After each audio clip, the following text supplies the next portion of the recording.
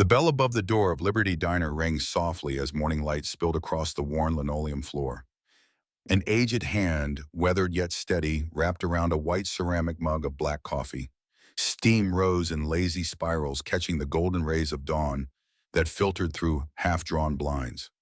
Outside Riverton, Montana was just beginning to stir, but inside time seemed suspended in amber, preserved, protected, unchanging. The hand belonged to Frank Miller. 78 years of life had etched deep lines across his face like the topographical map of a hard-fought journey. His shoulders, though slightly stooped, now still carried themselves with the unmistakable posture of a man who had once stood at attention before generals. His blue eyes sharp as Montana winter ice missed nothing as they scanned the morning paper, the Riverton Gazette, spread carefully before him. The sudden crack echoed through the diner like a gunshot. Then silence. Perfect, terrible silence. A dozen pairs of eyes fixed on the old man in the corner booth, his head turned slightly from the force of the slap, a thin trickle of blood at the corner of his mouth. He didn't raise his hand to wipe it away. He didn't flinch. He simply turned his gaze back to the man standing over him. Steady, unflinching, dignified. In the distance, barely audible, came the rumble of motorcycles. There are men who have looked death in the eye and they never bow their heads to anyone again. This is the story of such a man. Frank Miller arrived at Liberty Diner every morning at precisely 6:30 a.m. Not 6:29, not 6:31. Old habits forged in war never truly fade.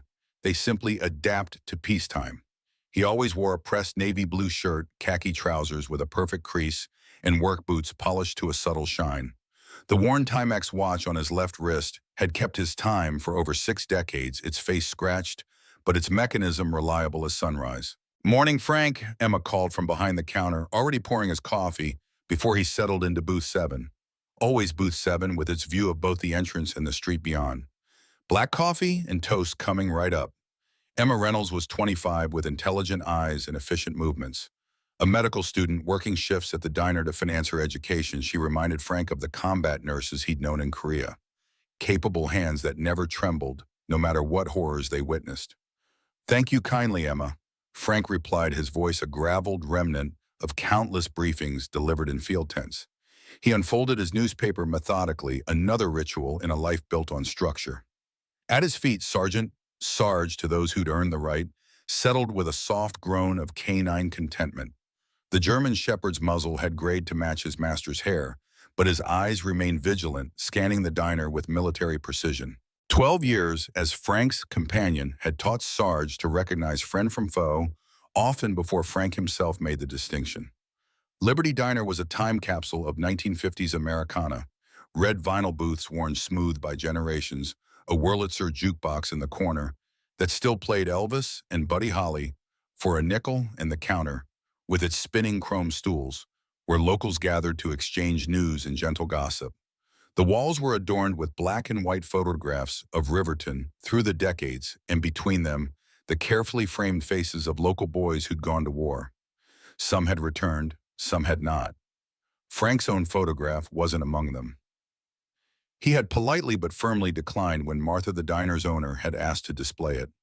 "The ones on the wall," he'd said, "they're the ones who deserve remembering." Martha understood. At 68, she'd seen enough of life to recognize that some honors are too heavy to bear in public view. Outside the large windows, Riverton's main street stretched in both directions. A postcard image of small-town America with its courthouse town square and the war memorial where Frank never lingered. The Montana mountains rose in the distance, ancient sentinels standing watch over the town they cradled in their palms. "Paper says they're voting on that development project next week," Emma said as she set down a plate of toast perfectly browned and buttered the way Frank preferred. "The one that's got everyone talking." Frank nodded, turning to the relevant page. Blackwood Enterprises. He read the name sitting uncomfortably on his tongue like something bitter. Luxury condominiums in a shopping center. "Right where we're sitting." "Oh," Emma confirmed, her voice dropping slightly. "Martha's worried sick.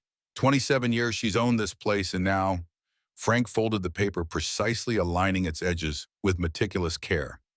"Some things are worth preserving, Emma. Not everything needs to be new to have value. Behind his measured words lay a truth he'd learned in the blood-soaked hills of Korea: what endures has earned its right to stand. In the modest workshop behind his small ranch house on the outskirts of town, Frank Miller's hands moved with the certainty of a surgeon. Metal components lay in precise arrangements across a workbench worn smooth by decades of similar projects. Here among the tools of his craft, the slight tremor that sometimes affected his hands disappeared entirely. The 1957 Chevrolet Bel Air engine block before him was a puzzle he understood intimately. Frank had always possessed an intuitive understanding of mechanical systems, how they worked, why they failed, and how to coax them back to life. This talent had saved lives during the war when he'd repaired damaged aircraft under enemy fire, allowing wounded men to be evacuated to MASH units. Now his skills gave new life to the classic American automobiles that local collectors brought to his small shop. Frank charged reasonable rates and never rushed a job. Quality work took time, and at 78 time was something Frank had learned to respect. The harmonica rested in his customary place near his tools, a Hohner Marine band that had accompanied him from the frozen Chosin Reservoir to the sun-baked streets of Riverton. Each evening, as Montana's expansive sky turned purple with twilight, Frank would sit on his porch with Sarge at his feet and play taps, a nightly tribute to men whose names he never spoke aloud but carried engraved on his heart. The telephone's ring interrupted his concentration. Few people called Frank's landline. He had little use for the cell phone his son James had insisted he keep for emergencies. "Miller," he answered, wiping his hands on a shop rag. "Mr. Miller, it's Charlie down at Peterson's garage." The young man's voice carried an enthusiasm that made Frank smile slightly. Charles Peterson, everyone called him Charlie, was 22 and possessed a natural talent for mechanical work that reminded Frank of himself at that age. "I've got this '68 Mustang that's fighting me. Carburetor's been rebuilt twice, but she's still running rough. Thought maybe you might have a minute to take a look." Frank glanced at the Bel Air, calculating his timeline. "I can stop by around 4 if that suits." "That would be great, sir. Really appreciate it." Frank had known Charlie since the boy was knee-high, trailing after his grandfather Robert, one of Frank's old unit buddies who'd passed 5 years prior. The day after the funeral, Frank had shown up at Charlie's house with Robert's restored 1949 Indian Chief motorcycle and the title signed over to the stunned teenager. "Your grandfather wanted you to have this when you were ready," Frank had said simply. "He thought you'd be ready at 18, I agreed." That motorcycle had changed the trajectory of Charlie's life, giving him purpose and direction when grief might have led him astray. Now Charlie was the youngest mechanic at Peterson's garage, with a growing reputation for being able to diagnose problems that baffled more experienced technicians. What Charlie didn't know, what Frank had never told him, was how Robert had saved Frank's life twice during fierce fighting at Heartbreak Ridge. Some debts could never be repaid directly. They could only be passed forward to the next generation. The morning progressed with the comfortable predictability that Frank had cultivated in his civilian life. He finished work on the Bel Air's timing chain, fed Sarge his carefully measured portion of senior dog food, and checked his mailbox at the end of the gravel drive. Among the usual bills and circulars was an envelope that made him pause. Heavy cream stationery with City of Riverton embossed in formal Navy lettering. Inside was an invitation to speak at the upcoming Memorial Day ceremony. Frank returned the invitation to its envelope without making a decision. Public recognition made him uncomfortable. It always had. The medals locked in his bedroom drawer, including one he'd never shown anyone, were acknowledgments between him and his country, not badges to be displayed for others' approval. He tucked the envelope into his shirt pocket and whistled softly for Sarge. It was time for their daily walk to town. The routine never varied down Maple Street, past the elementary school where children would call out to Sarge, along the creek path where trout darted in clear water, and finally to Liberty Diner for his second cup of coffee of the day. The familiar routine was not just habit, it was a fortress against the chaos that had defined his early adulthood. Structure kept the memories at bay. Memories of mortars illuminating night skies, of men crying out for mothers who couldn't hear them, of the particular silence that followed battle, heavy with things that could never be unsaid. As they approached Main Street, Frank noticed an unfamiliar vehicle parked in front of Liberty Diner. A gleaming black Porsche Cayenne with California plates, looking as out of place in Riverton as a peacock among sparrows. Something in Frank's chest tightened, an old instinct for approaching trouble that had never failed him. Easy, Sarge, he murmured, though the dog hadn't reacted. The words were for himself. Inside Liberty Diner, conversations dimmed as the bell announced Frank's arrival. It wasn't the respectful silence that normally greeted him. This was different, charged with tension, like the air before a thunderstorm. Frank surveyed the room with a quick practiced glance, noting positions and expressions as automatically as he'd once checked entry points and exit routes. In his usual booth sat a stranger, a man in his mid-30s wearing a charcoal suit that probably cost more than most Riverton residents earned in a month. His dark hair was expensively cut. His manicured hands rested on the table beside a smartphone that he checked compulsively, and his posture radiated an entitlement that immediately set Frank's teeth on edge. Emma stood nearby, coffee pot in hand, her usually confident expression replaced by something tight and uncomfortable. Martha watched from behind the counter, her lined face a mask of carefully controlled anger. "I'm sorry, Frank," Emma said quietly. "Your booth is occupied, I can see that." Frank's voice betrayed nothing of his irritation. "Any spot will do fine today, Emma." The stranger looked up, taking in Frank's measured stance and Sarge's alert presence beside him. His eyes, calculating and cold, narrowed slightly. "This is Frank Miller," Martha announced from the counter, her tone suggesting this information should mean something to the visitor.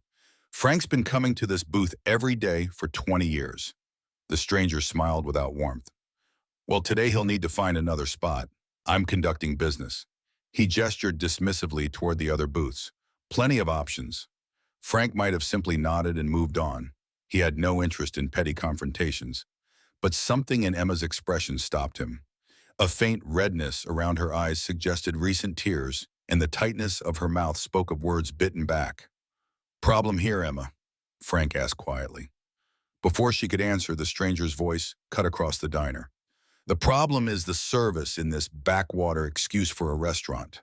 I've been waiting 10 minutes for a decent cup of coffee, and this one," he jabbed a finger toward Emma, "seems more interested in chit-chat than doing her job."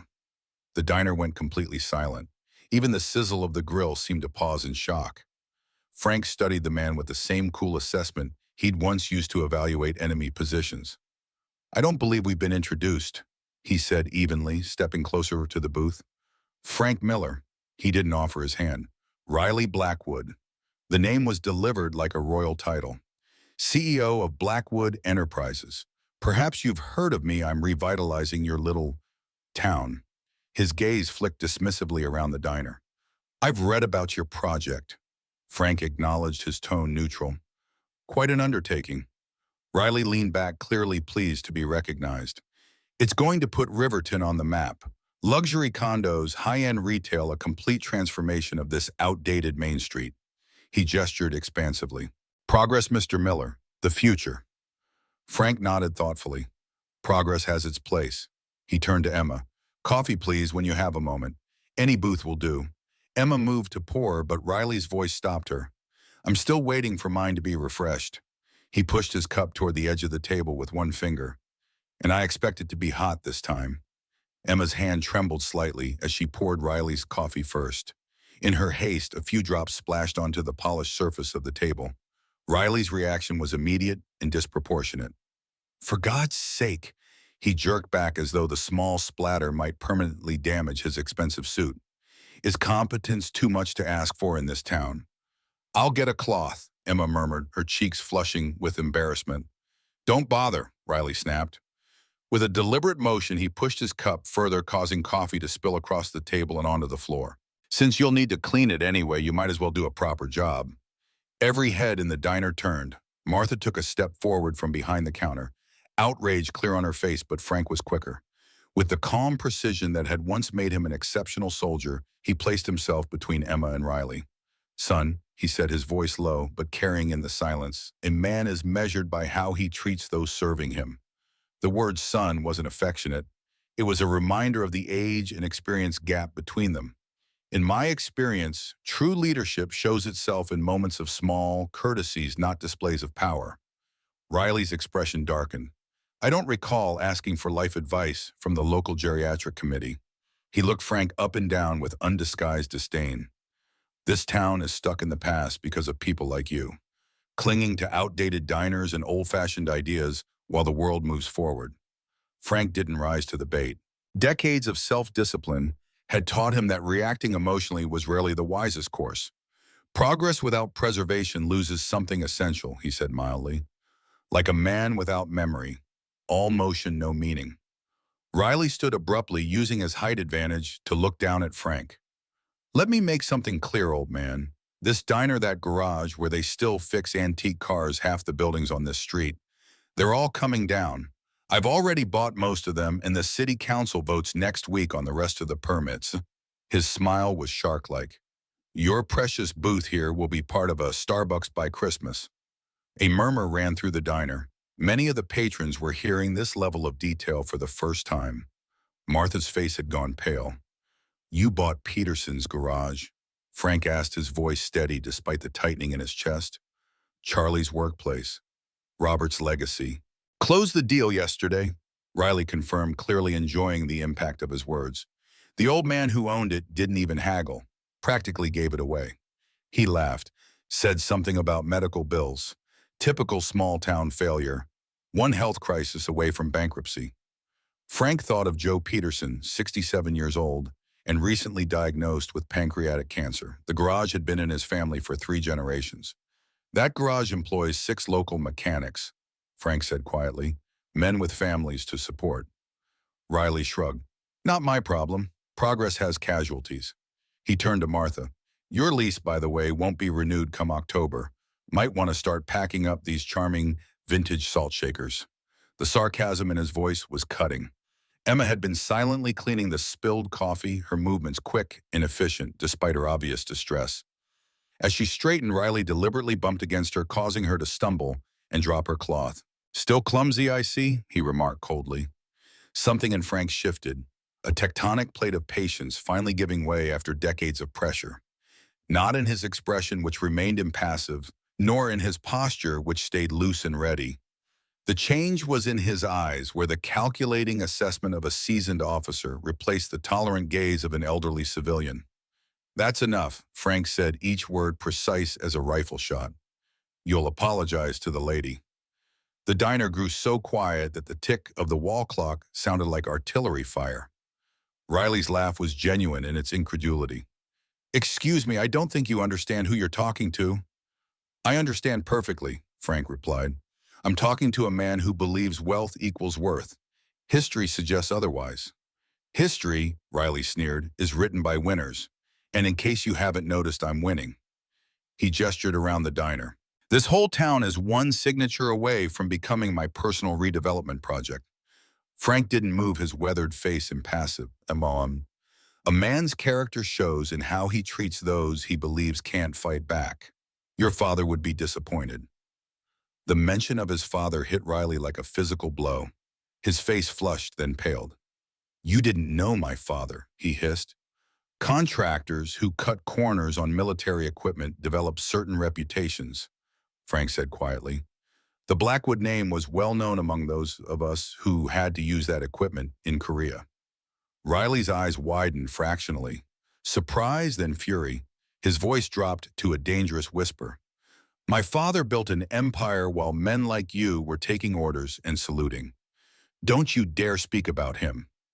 Frank remained steady. I spoke only truth.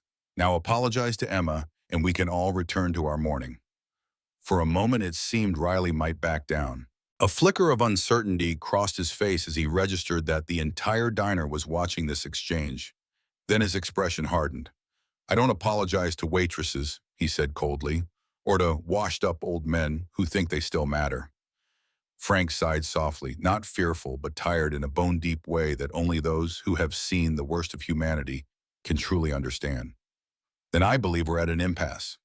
No, Riley said, stepping closer until he towered over Frank. We're not at anything. You're nothing. This town is nothing. And in 6 months, none of this will exist except as before and after photos in my company portfolio. What happened next occurred so quickly that later witnesses would disagree on the exact sequence. Riley, perhaps intending to simply push past, Frank shoved his shoulder roughly. Frank, with decades of ingrained instinct, shifted his weight to maintain balance. Riley, interpreting this as resistance, reacted with disproportionate anger. The slap echoed through Liberty Diner like a gunshot. Frank's head turned slightly from the impact. A thin trickle of blood appeared at the corner of his mouth where his lip had caught against his teeth. Sarge growled low in his throat, muscles tensing, but didn't move without command. The diner froze in collective shock. Emma's hand flew to her mouth. Martha gripped the counter edge so hard her knuckles whitened. In the corner, Charlie, who had entered moments before, half rose from his seat, his young face a mask of outrage. Frank didn't raise his hand to his face, didn't flinch, didn't return the blow. He simply turned his ice-blue gaze back to Riley, steady and unflinching. "I've faced enemies with real conviction, son," he said softly, his voice carrying in the dead silence. "You're just an angry boy with a checkbook." Riley's face contorted with rage. He raised his hand again, but before he could strike a second time, another voice cut through the tension. "That's enough." Charlie had fully stood, now his 6-foot frame rigid with anger. At 22, he had the solid build of someone who worked with his hands for a living and the barely contained energy of youth. "You don't touch him," he said, moving toward them with purpose. "You don't ever touch him." Riley's gaze flicked to Charlie, measuring this new threat. What he saw made him hesitate. Not just Charlie's obvious strength, but something in the younger man's eyes that suggested boundaries had been irrevocably crossed. "And who are you supposed to be, the geriatric protection squad?" Riley sneered, but there was less conviction in his voice. "I'm someone who knows what that man did for this country while your father was selling faulty equipment to the military." Charlie replied, his voice shaking with emotion. "I'm someone who knows he could have dropped you where you stand 50 years ago and still could today if he wanted to." Frank placed a restraining hand on Charlie's arm. "That's not our way," he said quietly. "You know that." The tension in the diner was a living thing now, coiling around them all like an invisible serpent. Customers sat frozen, unwilling to intervene but unable to look away. Martha had picked up the phone behind the counter, her fingers hovering over the keypad, uncertain whether to call the sheriff. Riley, perhaps sensing he'd miscalculated, took a step back. But rather than retreat gracefully, he doubled down. "Call off your attack dog, old man," he said to Frank, gesturing at Charlie, "before he finds himself unemployed. Oh, wait, he will be anyway once I tear down that pathetic excuse for a garage." Charlie's fists clenched, but Frank's grip on his arm tightened. "Not worth it," Frank murmured. "Not this way." Riley, emboldened by what he perceived as weakness, pressed his advantage. "That's right. Listen to Grandpa. He knows all about surrender, don't you, Miller?" Frank's expression didn't change, but something shifted in his posture. An almost imperceptible straightening of his spine, a slight adjustment of his weight from heel to toe, the kind of change only another combat veteran might recognize as significant. "I know about choosing battles," Frank replied evenly. "And I know that men who need to demonstrate power usually have very little of it." Outside, the distant rumble of motorcycles grew louder, though no one inside yet registered the sound above the tension. Riley's smile was cold. "Let me demonstrate some real power, then. I'm calling the health department this afternoon to investigate this diner. I'm sure they'll find dozens of violations. And you," he jabbed a finger toward Charlie, "I'll make sure you never work as a mechanic in this state again. I have friends in the licensing board." He turned to Frank, voice dropping to a venomous whisper. "And you, old man, I'm going to enjoy watching them tear down every building you care about in this pathetic town. Maybe I'll invite you to the demolition. You can watch from your wheelchair." Frank remained unnaturally still, his eyes never leaving Riley's face. When he finally spoke, his voice was calm, almost conversational. "Korea, winter of 1951. Our unit was pinned down by enemy fire when a supply plane managed to drop emergency provisions. Problem was the drop zone was 300 yards of exposed ground away." Frank's gaze seemed to look through Riley, seeing something distant. The temperature was 20 below zero. Men were freezing, ammunition running low. Riley frowned momentarily, thrown by this apparent non sequitur. "What are you babbling about?" Frank continued, as if he hadn't spoken. "Our commanding officer called for a volunteer to retrieve those supplies. Nobody moved, not because they were cowards.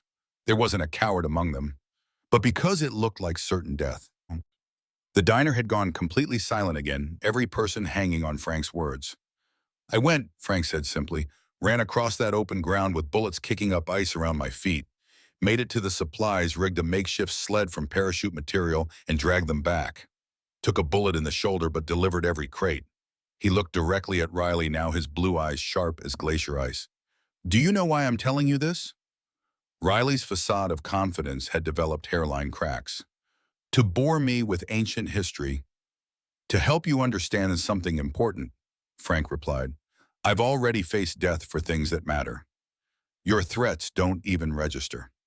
He stepped closer, his voice dropping so that only Riley could hear the next words. You are not the most dangerous thing I've encountered, Mr. Blackwood. Not by a long measure. The bell above the door jangled, breaking the spell. Every head turned as a massive figure filled the doorway. 6'4" of solid presence in a judge's dark suit. White-haired but straight-backed, with penetrating eyes that immediately assessed the scene before him. Well, said Judge William Henderson, his voice carrying the natural authority of his 83 years, seems I've arrived at an interesting moment. His gaze settled on Frank, noting the blood at the corner of his mouth, then shifted to Riley with palpable disapproval. Your Honor, Martha called from behind the counter, relief evident in her voice. The arrival of Riverton's most respected citizen and chief magistrate couldn't have been better timed. Judge Henderson moved into the diner with deliberate steps, each footfall heavy with purpose. He nodded to Frank with the familiarity of old acquaintance. Miller, his eyes narrowed at the mark on Frank's face. Problem here. Before Frank could answer, Riley interjected, his tone shifting to something smoother, more professional. No problem at all, Your Honor. Just a lively discussion about the future of Riverton. Henderson's bushy white eyebrows rose. That discussion involved physical contact, son. Riley faltered. There was a misunderstanding. I know this man, Henderson interrupted, gesturing toward Frank. When you weren't even a thought in your father's mind, Mr. Blackwood. His use of Riley's name wasn't a question. William Henderson made it his business to know everyone who might appear in his courtroom. And I know that if Frank Miller is bleeding, someone has made a serious error in judgment. The judge moved to stand beside Frank, their combined presence, one judicial, one military, creating a formidable front. Frank and I served together, you see. Different units, same hellhole. His voice carried the weight of shared history. He was the man they sent when no one else would go. Riley's expression flickered between irritation and political calculation. Judge Henderson wasn't just any obstacle. He was influential in county politics, essential for zoning approvals, and deeply respected throughout Montana. Perhaps I was overzealous in making my point, Riley conceded, though his eyes remained cold. Business discussions can become heated. Business, Henderson repeated the word, hanging in the air like a judge's gavel about to fall. Strange way to conduct business, assaulting citizens in a public establishment. I wouldn't call it assault, Riley began. I would, Henderson cut in. 20 years on the bench gives me some perspective on these matters. He turned to Frank. You want to press charges? Frank assault's a misdemeanor, but I could probably convince the DA to look at battery given the circumstances. Frank shook his head slightly. Not necessary, Bill. He used the judge's first name, highlighting their long association. Mr. Blackwood was just leaving. The implied dismissal wasn't lost on Riley, whose face flushed with renewed anger. But Judge Henderson's presence had changed the calculation. A direct confrontation with a sitting judge would have consequences beyond Riverton. This isn't over, Riley said, his voice low enough that only Frank and Henderson could hear. Not by a long shot. He straightened his expensive jacket with an affected casualness. I have a meeting with the mayor in 20 minutes anyway. As Riley moved toward the door, he deliberately bumped Charlie's shoulder. Enjoy unemployment, grease monkey, he muttered. The bell jangled again as Riley exited, the sound incongruously cheerful in the tense atmosphere he left behind. Through the windows, they watched him climb into his Porsche and pull away with an aggressive rev of the engine. The collective exhale in the diner was audible. Emma rushed forward with a clean cloth. Frank, your lip? It's nothing, he assured her, finally reaching up to dab at the small cut. I've had worse shaving. Judge Henderson's weathered face creased with concern. That man's going to be trouble, Frank. Already is, Frank replied quietly, glancing at Martha's worried expression and Charlie's barely contained fury. He's bought Peterson's garage, apparently, and his development plans are further along than we realized. Henderson nodded grimly. I've seen the proposals. Comprehensive destruction of historic Main Street replacement with what he calls modern mixed-use facilities. He's been courting council members for months. Joe Peterson sold, Charlie asked, disbelief and betrayal mingling in his voice. Without telling any of us. Frank placed a steadying hand on the young man's shoulder. Joe's sick, Charlie. Pancreatic cancer. He probably didn't have much choice. The news hit Charlie hard. His shoulders slumped as the implications sank in, not just for his employment, but for the future of the skills he'd spent years developing. Classic car restoration wasn't a trade that transferred easily to modern dealership work. What are we going to do? Martha asked, her voice uncharacteristically small. Liberty Diner had been her life's work, her husband's, before he passed, and she'd hoped to pass it to her daughter someday. Judge Henderson exchanged a long look with Frank. Fight, he said simply. Legally, politically, publicly. Some things are worth protecting. Frank nodded, his expression thoughtful.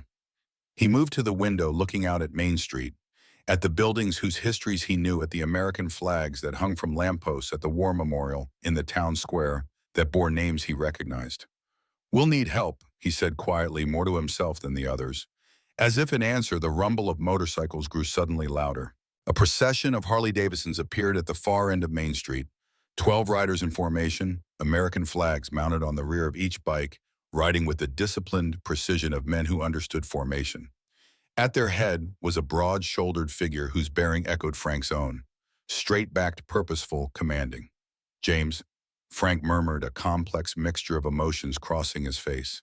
Pride, concern, and something deeper. The weight of words too long unspoken between father and son. Charlie pulled out his phone, staring at a text message with sudden understanding. I called him, he admitted. After that Blackwood guy slapped you. I didn't know what else to do. Frank's hand settled on Charlie's shoulder, squeezing gently.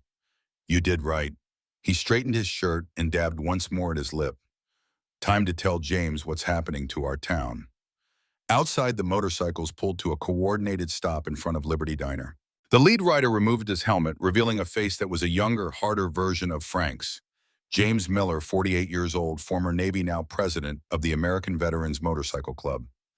As James dismounted and started toward the diner entrance, his eyes locked on his father through the window. Even at a distance, he could see the mark on Frank's face. His expression dark and jaw tightening with the promise of retribution. Behind Frank, Judge Henderson sighed heavily. This just got complicated. Frank's reply was soft but certain. It was already complicated, Bill. Now it's just honest. The bell above the door prepared to ring once more. The bell above Liberty Diner's door rang with decisive finality as James Miller stepped inside. The atmosphere shifted immediately, molecules of air seeming to rearrange themselves around his commanding presence. At 48, James carried himself with the unmistakable bearing of a man who had seen combat and returned changed but unbroken. His broad shoulders filled out a worn leather jacket bearing the emblem of the American Veterans Motorcycle Club, an eagle clutching a shield with the American flag as its background. Behind him, like shadows given form and purpose, 11 other riders filed in silently. Each man bore the same insignia, each carried himself with similar dignity. They were not the chaotic outlaws of popular imagination, but warriors who had traded one brotherhood for another. Marines, Army Rangers, Navy men who had found in each other the understanding civilians could never provide. The diner had gone utterly still. Even the sizzle of the grill seemed to pause in deference. James's eyes found his father instantly zeroing in on the reddening mark on Frank's face and the small trickle of blood at the corner of his mouth. Something dangerous flickered in his gaze, a controlled fury held in check by years of discipline. He crossed the worn linoleum in 4 deliberate strides, stopping directly before Frank. Father and son stood facing each other, mirror images separated by 3 decades. The same jawline, the same unflinching blue eyes, the same ability to communicate volumes in silence. Who? James asked, the single word carrying the weight of promised retribution. Frank's expression didn't change. It doesn't matter. It matters to me. James's voice was quiet but carried the unmistakable edge of command, the voice that had directed men in chaotic seas, that had maintained order when order seemed impossible.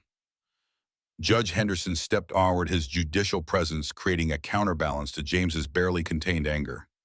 Riley Blackwood, he supplied, ignoring Frank's slight frown of disapproval, developer from California, has plans to bulldoze half of Main Street, including this establishment. James absorbed this information, his expression hardening further. And he put hands on my father. It wasn't a question, but Charlie answered anyway, stepping forward from where he'd been standing near the counter. Slapped him hard enough to draw blood, because Frank stood up for Emma when Blackwood was treating her like dirt. James's gaze shifted to Emma, who nodded confirmation, her eyes still reflecting the shock of the confrontation. "Where is he now?" one of James's riders asked, his voice carrying the distinctive drawl of Georgia. "Meeting with the mayor," Judge Henderson replied, attempting to expedite his permits, no doubt. Frank finally broke his silence. "This isn't why you're here, James." His voice was firm, a commander addressing a subordinate despite their reverse positions in civilian life. "This isn't how we handle things." "Times change, Dad." James's response carried years of unspoken disagreement. Frank's expression remained steady. Men shouldn't. The tension between them was palpable, not hostility, but the complex friction of two strong men, bound by blood, yet separated by different wars, different eras, different views on how justice should manifest. The standoff might have continued indefinitely if not for Sarge. The German shepherd, who had been watching the proceedings with military attentiveness, suddenly crossed to James and pressed his graying muzzle into the younger Miller's hand. The simple gesture of recognition, of family, seemed to release something in James. His shoulders lowered fractionally. "We should talk," Frank said quietly. "Not here." James nodded once, a crisp acknowledgement. He turned to his men. "Mac, take everyone to the Riverton Inn. Get rooms. We may be staying a while." A weathered rider with a salt and pepper beard nodded. "You got it, Press." He gestured to the others, who filed out with the same disciplined silence with which they had entered, each nodding respectfully to Frank as they passed. When only James remained, Frank turned to Martha. "We'll use your back room if that's acceptable." Martha, who had watched the entire exchange with wide eyes, nodded quickly. "Of course, Frank. Take all the time you need." As Frank led the way toward the small storage room that doubled as Martha's office, he paused by Charlie. "Call Joe Peterson," he said quietly. "Ask him to meet us at my place at 4. We need to understand exactly what Blackwood's planning." Charlie nodded, grateful to be included, to be trusted with a task of significance. The backroom door closed behind father and son with a soft click that somehow carried more weight than a slam. Riley Blackwood sat across from Mayor Robert Jenkins in the wood-paneled office of Riverton's modest city hall. The contrast between them could not have been more stark. Riley in his tailored suit projecting cosmopolitan success, Jenkins in his department store blazer embodying small-town pragmatism. "What happened to your face?" Jenkins asked, eyeing the red mark blooming on Riley's cheek. Riley touched it reflexively, his expression darkening. "Minor disagreement with a local," he said dismissively. "Nothing relevant to our discussion." Jenkins leaned back in his chair, a practiced movement that masked his unease. At 62, he had served as Riverton's mayor for 3 terms, navigating the delicate balance between preservation and progress with cautious skill. Blackwood Enterprises represented the largest development opportunity in his tenure, and the most divisive. "Mr. Blackwood, I've reviewed your updated proposal," Jenkins said carefully. "The scale is ambitious." Riley smiled, though it didn't reach his eyes. "Riverton has been stagnating for decades, Mayor. Ambitious is exactly what this town needs." He leaned forward, his voice taking on an almost conspiratorial tone. "Imagine it. Luxury condominiums attracting wealthy remote workers from Seattle and San Francisco. High-end retail drawing tourists from across Montana. Tax revenue tripling within 5 years. And the current businesses, the residents who've been here for generations." Riley waved a hand dismissively. "Progress has casualties. The smart ones will adapt, work in the new establishments, sell their properties at fair market value, embrace change." His smile tightened. "The others will either get on board or get left behind." Jenkins frowned. "Riverton's history matters to people here. Those outdated buildings represent their heritage." "Heritage doesn't pay property taxes, Mayor." Riley's tone had grown colder. "Let me be blunt. I've already secured ownership of 40% of the affected properties. The zoning changes I'm requesting are within the council's authority to grant. The economic benefits to Riverton are undeniable. He placed a folder on the desk between them. This contains letters of intent from 3 national retail chains interested in anchor positions. It also contains, he paused meaningfully, a proposal for Blackwood Enterprises to fund the new municipal building you've been trying to finance for the past 5 years. Jenkins stared at the folder, aware of the Faustian bargain it represented. Riverton desperately needed that municipal building. The current city hall was literally crumbling around them, with plumbing issues and an electrical system that predated the moon landing. The council votes next week, Jenkins said finally. I'm just one vote. Riley's smile returned confident and predatory. Of course, but your endorsement carries significant weight. He stood adjusting his cuffs with practiced precision. I trust you'll make the right decision for Riverton's future. As he turned to leave, Riley paused at the door. One more thing, Mayor. There's an old man named Frank Miller who seems to have outsized influence in this town. Military veteran mechanic, drives a faded blue 1967 Ford pickup. Jenkins' expression changed subtly, wariness replacing negotiation. Frank's a respected member of this community, served with distinction in Korea. What about him? He seems ish. Riley chose his words carefully, resistant to progress. It would be unfortunate if he became an obstacle to Riverton's future prosperity. The implied threat hung in the air between them. Frank Miller, Jenkins said slowly, deliberately, saved my father's life at Heartbreak Ridge. There are 24 men in this town who owe their lives or their fathers' lives to him. His gaze hardened. Whatever you're planning, Mr. Blackwood, I'd suggest you tread carefully where Frank is concerned. Riley's eyes narrowed slightly, reassessing the political landscape. Noted, he said coldly, and left without another word. Jenkins remained seated, staring at the folder on his desk. After a long moment, he reached for his phone and dialed a number from memory. Judge Henderson, it's Bob Jenkins. We need to talk about Frank Miller and this Blackwood situation. In Martha's small office, Frank and James sat across from each other at a cluttered desk. Neither had spoken since the door closed behind them. They studied each other with the careful assessment of men accustomed to evaluating threats and allies alike. James broke the silence first. You should have called me when this development project first came up. Frank's expression remained impassive. Riverton's been facing challenges since before you were born. We handle them ourselves. Like you handled getting slapped in public?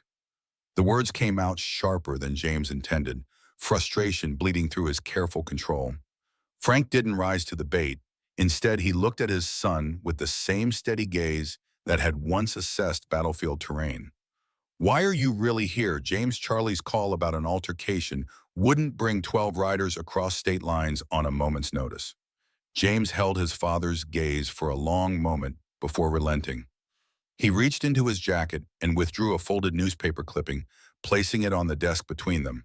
Frank didn't need to look at it to know what it contained. The headline was burned into his memory. Blackwood Enterprises announces major Montana expansion. This isn't just happening in Riverton, James said quietly. Blackwood's company has been buying up property in small towns across 3 states.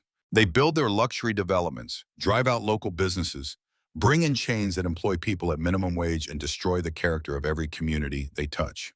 Frank nodded slowly. I suspected as much. The scale of what he's proposing for Riverton seemed too large for a one-off project. It's systematic, James confirmed. They target towns with aging populations, historical buildings that aren't officially protected, and city councils desperate for tax revenue. He leaned forward. 2 of our chapter members lost family businesses to Blackwood in Idaho last year.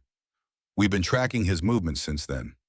Frank absorbed this information, his weathered face revealing nothing of his thoughts. And now you've brought your club to Riverton to do what exactly the question hung between them. The fundamental difference in their approaches laid bare. To help, James said firmly. These men respect you, Dad. They know what you did in Korea, even if you never talk about it. They want to protect what you helped build here. With intimidation, Frank's voice carried no judgment, only inquiry. James sighed, running a hand through his short-cropped hair, a gesture so reminiscent of his younger self that Frank felt a momentary tightening in his chest. The American Veterans MC isn't what you think, James said. We're not outlaws.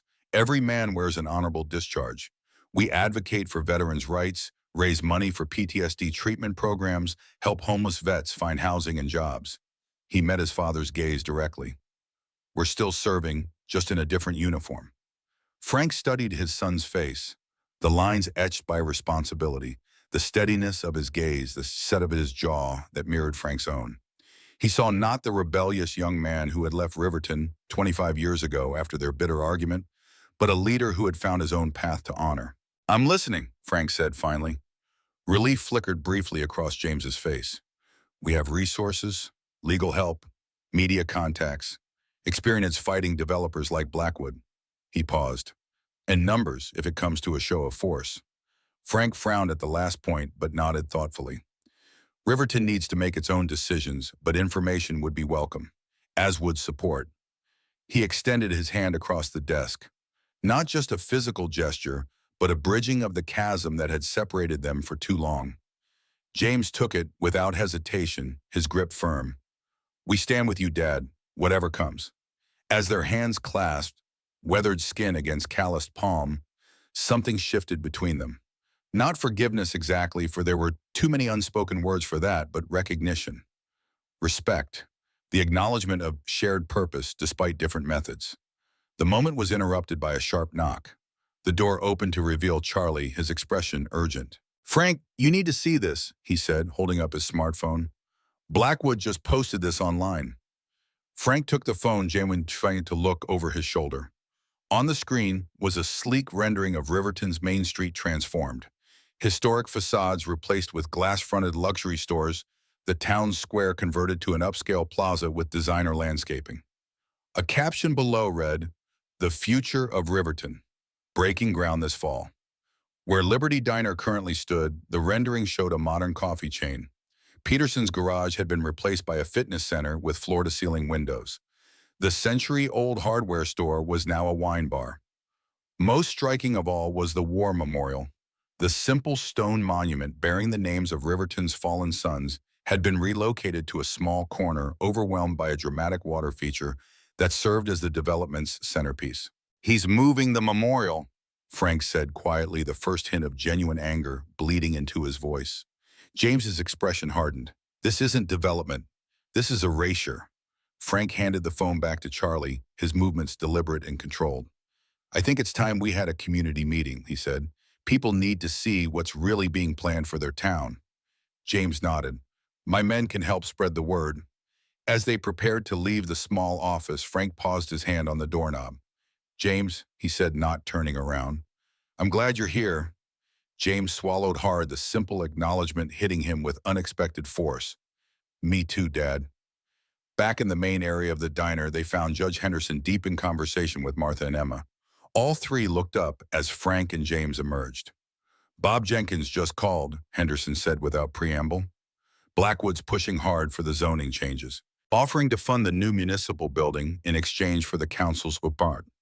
"Bribery," James muttered. "Legal quid pro quo," Henderson corrected grimly. "Perfectly above board, at least on paper." Frank nodded unsurprised. "And the council split according to Bob. 3 likely in favor, 3 against, with Bob himself as the swing vote." Henderson sighed heavily. "He's feeling the pressure. Riverton desperately needs that municipal building." "What about the War Memorial?" Frank asked. "Does the council know Blackwood plans to move it?" Henderson's bushy eyebrows rose in surprise. "Move it? That wasn't in any proposal I've seen." Charlie held up his phone, showing the rendering. The judge studied it, his judicial composure cracking to reveal genuine outrage. "That memorial has stood in the town square since 1945, he said, voice tight with controlled anger. "It bears the names of men I served with, men who never came home." Frank's gaze moved to the wall of the diner, where a framed black and white photograph hung among many others. Unlike the other pictures of Riverton's history, this one showed a military unit. 20 young men in Korean War-era uniforms, standing at attention before a transport plane. Frank stood among them, impossibly young, yet bearing the same steady gaze he carried now. "Third row, second from left," Frank said quietly. "Thomas Henderson." The judge nodded, his eyes fixed on the image of his younger brother. Killed at Chosin Reservoir, December 1950. James studied the photograph with newfound understanding. His father rarely spoke of Korea, had never shared the details of his service or the men with whom he'd fought. Yet here they were, preserved on Liberty Diner's wall, silent witnesses to a history Blackwood seemed determined to erase. "We need to make sure the council sees this rendering before they vote," James said, "and the town needs to know what's really at stake." Frank turned to Martha. "Would you be willing to host a town meeting here tomorrow night? Let people see Blackwood's plans for themselves." Martha straightened purpose, replacing the worry that had lined her face since Blackwood's visit. "Liberty Diner has been serving this community for 27 years, she said firmly. "If it's going down, it'll go down fighting." Emma stepped forward. "I can create an event page online, get the word out to the younger folks in town." Charlie nodded eagerly. "I'll talk to everyone at the garage and the guys at the lumber mill." As they began organizing, the bell above the door rang once more. Every head turned, half expecting to see Riley Blackwood returning. Instead, they found an elderly man standing hesitantly in the doorway, cap in hand. "Heard there was trouble," he said simply. "Thought Frank might need some backup." Behind him, more figures appeared. Men in their 70s and 80s, some walking with canes, others with the ramrod straightness that spoke of military service never forgotten. They filed into the diner one by one, each nodding respectfully to Frank as they entered. "Word travels fast," Judge Henderson remarked, a smile touching his lips for the first time that day. "Small towns," Frank replied, but there was warmth in his voice as he greeted each newcomer by name. James watched in growing amazement as the diner filled with Riverton's older generation, the men his father had known for decades, whose respect he had earned through quiet integrity rather than grand gestures. He recognized a few faces from his childhood, men who had attended his high school football games or taught him to fish in the creek outside town. These were not men of loud opinions or dramatic actions. They were the quiet backbone of communities like Riverton, farmers, mechanics, teachers, shopkeepers who had served their country when called, then returned to build lives of steady purpose. Many wore caps or pins indicating their military service. Korea, Vietnam, the Cold War stations that never made headlines but required constant vigilance. "Quite a reunion," Frank observed as the last of them entered. 13 men in total, each bearing the dignified weight of years and experience. The oldest among them, Walter Davis, leaned heavily on his cane as he approached Frank. At 89, he was Riverton's eldest veteran, a man who had stormed the beaches of Normandy as a 19-year-old private. "Heard some California hotshot put hands on you, Frank," Walter said, his voice thin but determined. "Thought you might want the 1st Cavalry Division to weigh in on the matter." A soft murmur of agreement passed through the gathered men. Frank shook his head, but his expression held affection rather than disagreement. "This isn't about me, Walter. It's about Riverton, about what's being planned for our town without our consent." "Same thing far as I'm concerned," Walter replied. "You've been the conscience of this town since you came back from Korea. If someone's coming after you, they're coming after all of us." The simple declaration hung in the air, powerful in its unadorned sincerity. James felt something shift in his understanding of his father. Not just a respected figure, but the living embodiment of values these men held sacred. Not because of dramatic heroism, but because of consistent character demonstrated over decades. Frank seemed almost embarrassed by Walter's words, uncomfortable as always with direct praise. He changed the subject by gesturing to James. "Most of you remember my son," he said. "James has brought some information about Blackwood Enterprises that we all need to hear." As James stepped forward to address the assembled veterans, he felt the weight of their collective assessment. Men who had seen war, who understood the measure of other men. He straightened unconsciously, his Navy bearing reasserting itself. "Gentlemen," he began, "what's happening in Riverton isn't an isolated incident. Riley Blackwood has been systematically targeting small towns across the Mountain West." As James outlined what they knew of Blackwood's operations, Frank watched his son with quiet pride. The headstrong boy who had left Riverton in anger had returned as a man of substance and purpose. Their methods might differ, their views on how to confront threats might never fully align, but the core of what mattered, integrity, community service, had taken root. When James finished speaking, Walter Davis thumped his cane decisively on the floor. "Well, that settles it. We're not letting this Blackwood fella turn Riverton into some fancy playground for out-of-staters. Murmurs of agreement filled the diner. Judge Henderson held up a hand, his judicial authority naturally commanding attention. The council votes next Tuesday. We need to be organized, focused, and above all lawful in our opposition. He glanced meaningfully at James. No matter how tempting other approaches might be. James nodded, acknowledging the implicit warning. My men understand the importance of working within the system, Your Honor. Frank, who had been silent during these exchanges, suddenly straightened his attention, caught by something outside the diner's windows. Speaking of Blackwood, he said quietly. All heads turned to see Riley Blackwood's black Porsche pulling to a stop directly in front of Liberty Diner. Riley emerged, adjusting his suit jacket with practiced precision. His face registered momentary surprise at the motorcycles parked nearby, but he quickly composed himself and strode purposefully toward the diner's entrance. Well, Martha said dryly from behind the counter, this should be interesting. The bell announced Riley's arrival with the same cheerful jingle it had given every customer for 27 years. He stepped inside, his confident expression faltering slightly as he registered the gathered crowd. Veterans in their 8th and 9th decades, James's imposing presence, Judge Henderson's judicial scrutiny, and Frank's steady gaze from the center of it all. For a moment, the diner was completely silent, a tableau of old Riverton facing the embodiment of unwelcome change. Riley recovered quickly, his corporate smile sliding back into place. Quite a gathering, he observed coolly. Town council meeting relocated. No one responded. The collective silence was more powerful than any individual retort. Riley's smile tightened. He focused on Frank, deliberately ignoring the others. Mr. Miller, I believe we have unfinished business. Frank's expression remained impassive. Do we? Indeed. Riley reached into his jacket, producing an envelope. This is a formal offer to purchase your property on Maple Street. Fair market value plus 20%. He extended the envelope. I thought you might appreciate the courtesy of a direct approach. The collective intake of breath from the assembled veterans was audible. Frank's workshop and home, the small ranch house he'd built with his own hands after returning from Korea, was being targeted. Frank made no move to take the envelope. My property isn't for sale, Mr. Blackwood. Riley's smile didn't waver. I encourage you to review the offer before declining. It's quite generous. He placed the envelope on the nearest table when Frank still didn't reach for it. You should know that your property is crucial to the development's second phase. The access road needs to run directly through your current workshop. The slight pause before workshop carried clear disdain, as though Frank's decades of mechanical craftsmanship were merely a quaint hobby rather than skilled trade. Not interested, Frank said simply. Riley's facade of professional courtesy began to crack. Mr. Miller, perhaps you don't understand the inevitability of this situation. The zoning changes will pass. The development will proceed. The only question is whether you benefit financially or become an expensive legal obstacle that will ultimately be overcome. Frank met Riley's gaze with the same steady calm he'd maintained throughout their earlier confrontation. I understand perfectly well, Mr. Blackwood. I simply disagree with your assessment.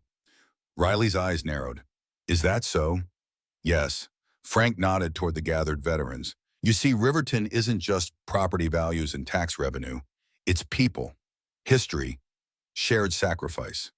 He gestured toward the photograph on the wall. Every man in that picture either died serving this country or came home to build this town, including your father. Riley's composure shattered. What did you say? Frank moved to the photograph, tapping a figure in the back row, a young man with Blackwood's jawline and the uncertain smile of youth. Robert Blackwood, communications specialist, served honorably from 1951 to 1953. The diner had gone completely still. James stared at his father in surprise. This was information Frank had never shared with him. Riley approached the photograph slowly, his expression a complex mixture of disbelief and reluctant recognition. That's not possible. My father was a businessman, a contractor. After the war, Frank confirmed, but during it, he was one of us. He turned to face Riley directly. He was a good soldier, reliable, brave when it counted. Riley stared at the image of his father's younger self, visible emotion cracking through his corporate veneer for the first time. He never spoke about serving, Not once, Owasin. Many didn't, Walter Davis said quietly from where he stood with his fellow veterans. Too painful to remember. Too difficult to explain to those who weren't there. A heavy silence settled over the diner as Riley continued to study the photograph, his worldview visibly realigning with this new information. The man who had entered with such confidence now stood uncertain, caught between the momentum of his business ambitions and a personal revelation he hadn't anticipated. Why? Riley began, then cleared his throat. Why would you keep a picture of my father? Frank's response was simple. We keep images of all Riverton's sons who served. Your father grew up here before your grandfather moved the family to California after the war. He paused. This town remembers its own Mr. Blackwood, even those who choose to forget where they came from. The implicit rebuke landed with precision. Riley's face flushed, but for once he seemed at a loss for words. Judge Henderson stepped forward, his judicial presence adding weight to the moment. The council meetings Tuesday at 7, Mr. Blackwood. I believe there will be significant community interest in your proposal, especially the parts concerning the war memorial. Riley's eyes flickered with recognition that his complete plans had been discovered. The memorial would be relocated with full honors, he said defensively. Enhanced even, more visible. More visible than the center of town where it stood for 75 years, Frank asked quietly. Before Riley could respond, the diner's door opened once more. Joe Peterson entered slowly, the recent ravages of his illness evident in his gaunt face and careful movements. At 67, the garage owner had always been robust, but cancer had carved away his physical reserves, leaving behind a determined spirit in a failing body. Joe, Frank said warmly, moving to greet his old friend. Didn't expect to see you up and about. Joe managed a thin smile. Heard there was a gathering of the old guard. Couldn't miss it. His gaze settled on Riley, hardening perceptibly. So this is the man who bought my family's business with promises about keeping on my mechanics. Riley had the grace to look uncomfortable. Market conditions may necessitate some staffing adjustments. Save it. Joe interrupted, his voice stronger than his frame suggested. I may be dying, Mr. Blackwood, but I'm not a fool. I've read the fine print of our agreement. He turned to Charlie, who had moved to support his former boss's elbow. I'm sorry, son. I truly believed him when he said you'd all keep your positions. Charlie nodded, no blame in his expression. We understand, Joe.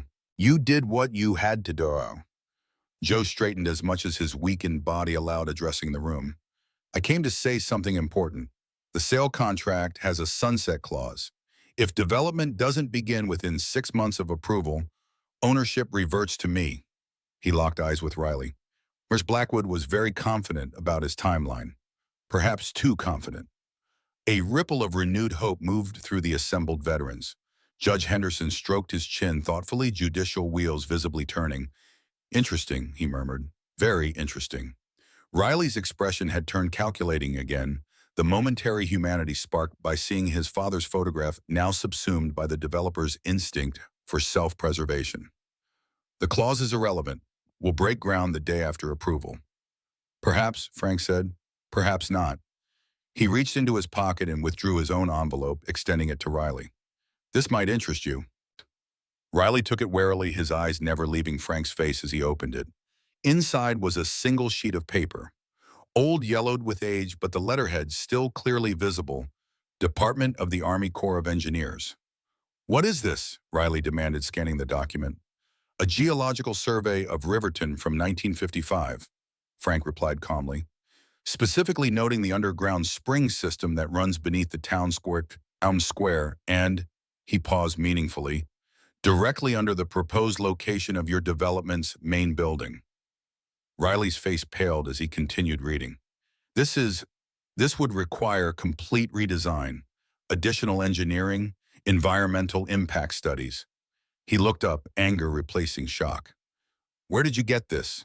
Frank tapped his weathered Timex watch. I've been around a long time, Mr. Blackwood. I remember things others have forgotten. The simple statement carried layers of meaning that transcended the specific document. Frank Miller wasn't just an old mechanic. He was a repository of Riverton's history, its institutional memory preserved in one man's lifetime of careful observation. This changes nothing, Riley insisted. though his voice lacked its earlier confidence. "It only means delay additional expense. The development will still proceed." Frank nodded thoughtfully. "Perhaps, but delay can be powerful. 6 months is a long time." He glanced at Joe Peterson. Long enough for things to change, for alternatives to emerge. Riley looked around the diner, taking in the assembled opposition. Veterans spanning 3 wars. Judge Henderson's judicial influence, James and his motorcycle club, the younger generation represented by Charlie and Emma. His gaze finally settled back on Frank, reassessing the unassuming old man he had so casually dismissed that morning. "You've been planning this," Riley said slowly, "since before I arrived in Riverton." Frank shook his head. "Not planning, preparing. There's a difference." He gestured to the photograph on the wall. "When you've faced real enemies, Mr. Blackwood, you develop an instinct for threats. I've been watching your company's movements for months." The revelation hung in the air.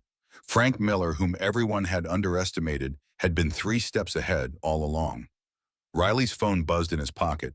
He checked it, his expression darkening further.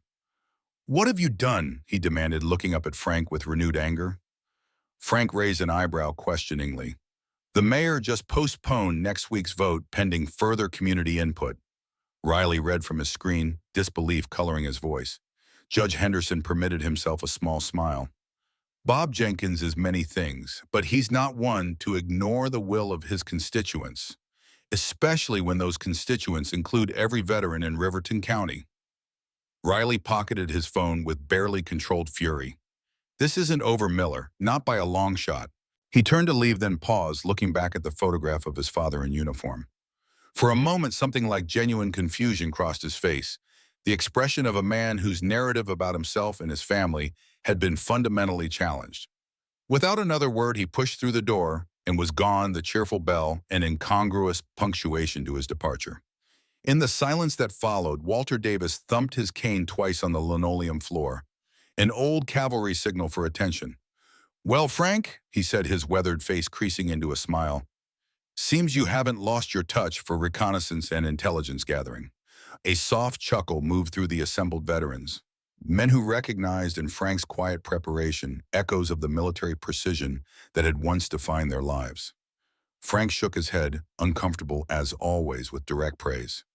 "Joe deserves the credit for that sunset clause," he said, nodding to the garage owner. "Smart negotiating." Joe managed a wan smile. "Wasn't sure it would matter, but I figured any tool in the box is worth keeping." Charlie looked between the older men with dawning understanding. "You two planned this," he said. "When Joe knew he had to sell because of the medical bills." Frank and Joe exchanged a glance heavy with decades of friendship. "Let's just say," Frank replied carefully, "that Riverton takes care of its own."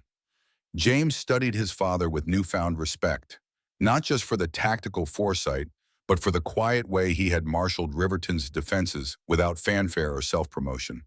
This wasn't the impulsive resistance James might have organized, but something more sustainable, built on relationships cultivated over a lifetime.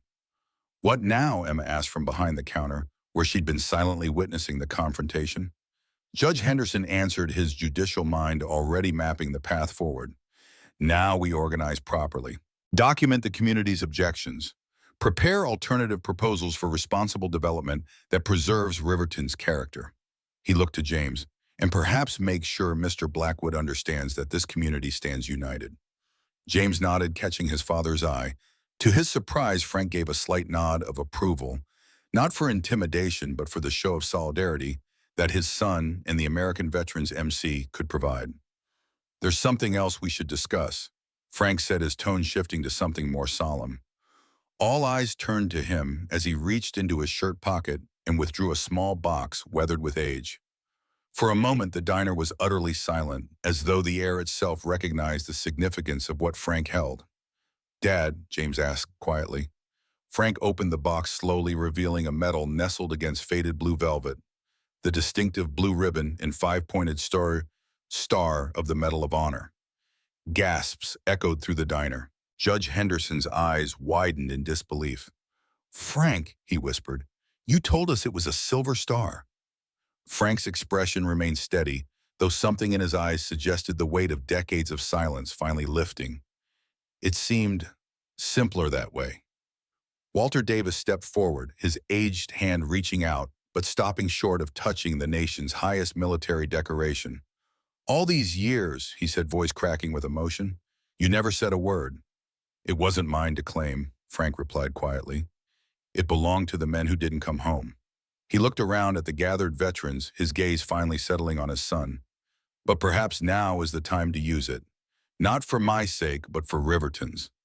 James stared at the medal, then at his father, decades of misunderstanding crumbling in a single moment of clarity. The man he had sometimes dismissed as too passive, too accepting, had carried this burden of extraordinary heroism in silence all along. "What did you do?" James asked, his voice barely audible. "To earn that."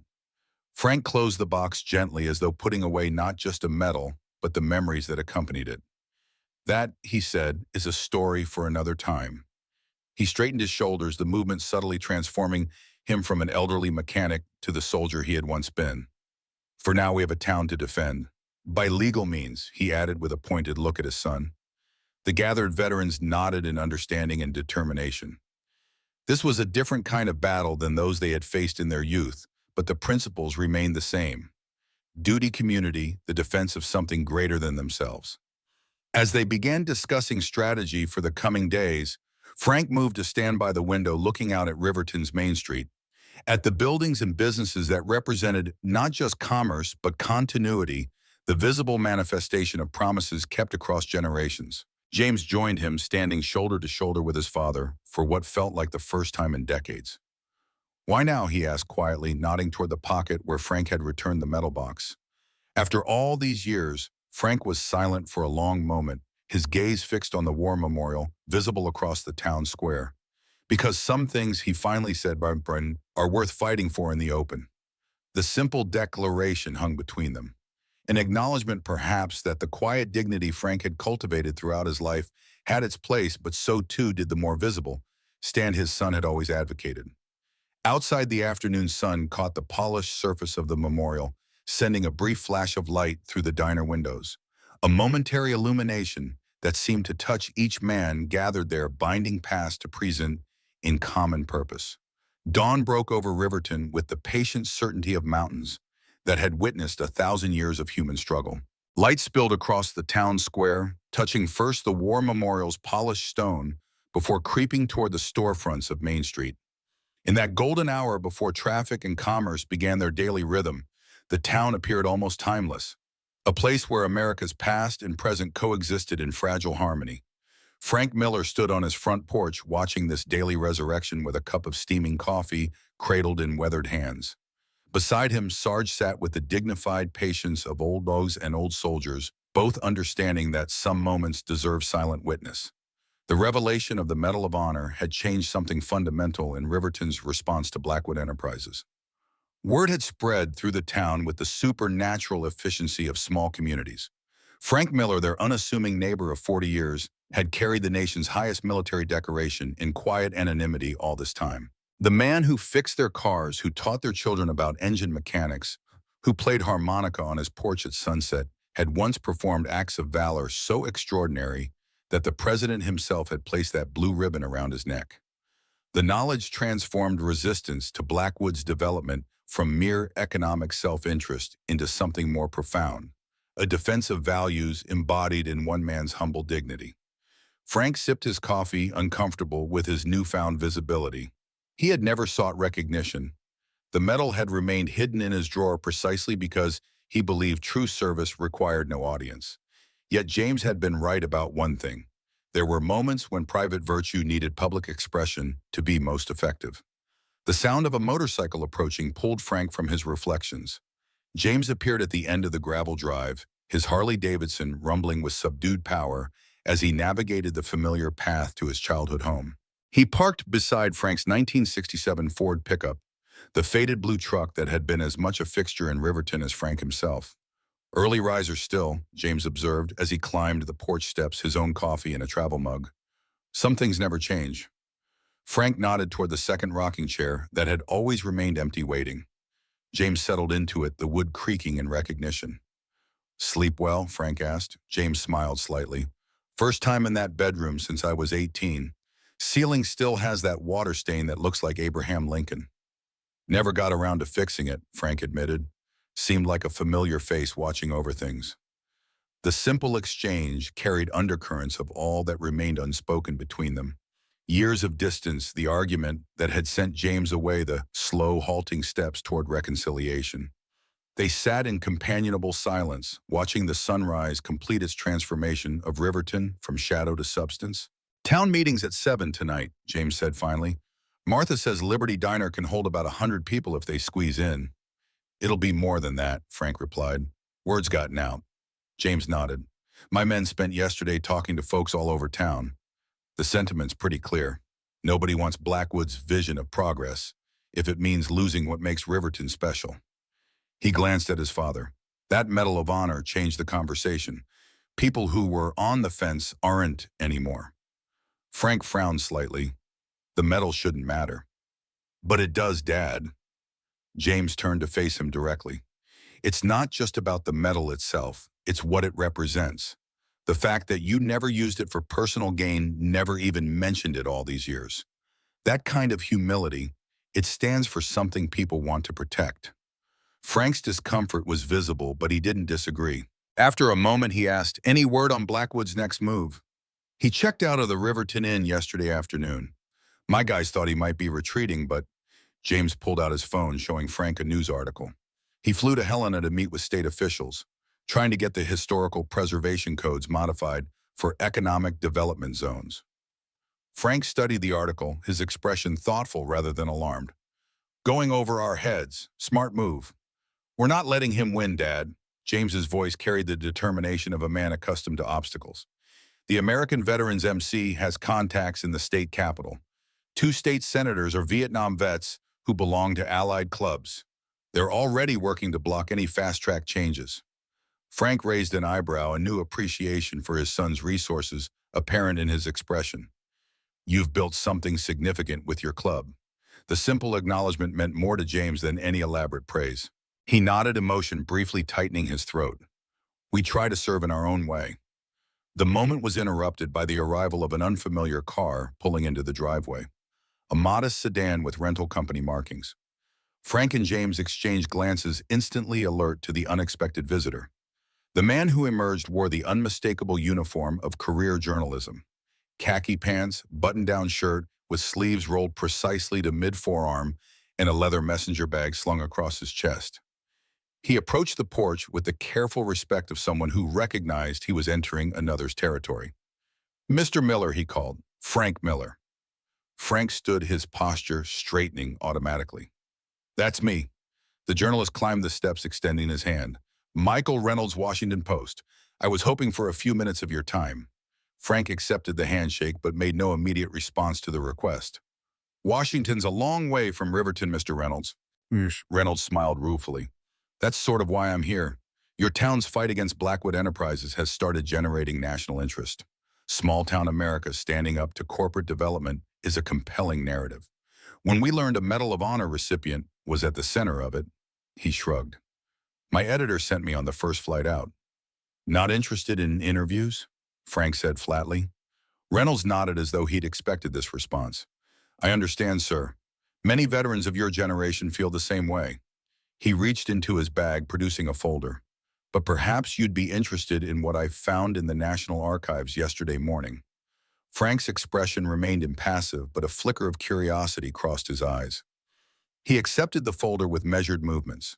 Inside was a declassified military document, the original citation for his Medal of Honor. Attached to it was a faded black-and-white photograph showing a much younger Frank, bloodied and exhausted, helping a wounded comrade across frozen terrain. Behind them, the smoking remains of what appeared to be an enemy installation were visible against a Korean winter landscape.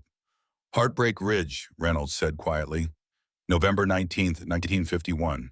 According to that citation, you single-handedly neutralized an enemy machine gun nest that had pinned down your entire company, then made 3 trips across exposed ground to evacuate wounded men." Frank closed the folder, his face revealing nothing of the memories the photograph had stirred. "That was a long time ago, Mr. Reynolds." "With respect, sir, that's precisely why it matters now." Reynolds gestured toward town. "What's happening in Riverton isn't just about property development. It's about who gets to define American values in the 21st century. Companies like Blackwood Enterprises are betting that luxury and convenience will win over heritage and community. James watched his father closely, recognizing the internal struggle between Frank's lifelong aversion to publicity and his deeper commitment to Riverton's preservation. After a long moment, Frank handed the folder back to Reynolds. "The town meeting's tonight at Liberty Diner, 7 o'clock. You are welcome to attend." He paused. "But I'm not your story, Mr. Reynolds. Riverton is." Reynolds accepted both the folder and the subtle boundary it represented. "Understood, sir. Thank you for your time." He started back toward his car, then turned. "One last thing. Would it be all right if I spoke with some of the other veterans in town? I understand there's quite a gathering of them." Frank nodded once. "They make their own decisions about who they talk to. Judge Henderson might be a good place to start. He has a more comprehensive view of things than most." After Reynolds departed, James looked at his father with newfound respect. "You just redirected a national reporter to focus on the town instead of yourself." Frank shrugged. "The Medal of Honor was never about me. It was about the men who didn't come back." He rose from his rocking chair with the careful movements of age. "We should head into town. There's work to be done before tonight." As they descended the porch steps, Frank paused to run a hand along the fender of his old Ford truck, a gesture of almost unconscious affection for something that had served faithfully across decades. The simple action captured something essential about the man: his respect for craftsmanship, his belief in maintaining what had proven its worth, his understanding that value wasn't determined by newness, but by reliability. "You know," James said, watching the gesture, "I never really understood why you kept this old truck running instead of getting something newer, but I think I'm starting to." Frank's weathered face creased in a rare smile. "Some things are worth keeping, son, no matter how much work it takes." The words hung between them, a philosophy expressed through a truck that applied equally to towns, to relationships, to the country they had both served in different eras. Liberty Diner hummed with activity as Frank and James arrived. Martha had enlisted volunteers to set up additional chairs, transforming the space from restaurant to meeting hall.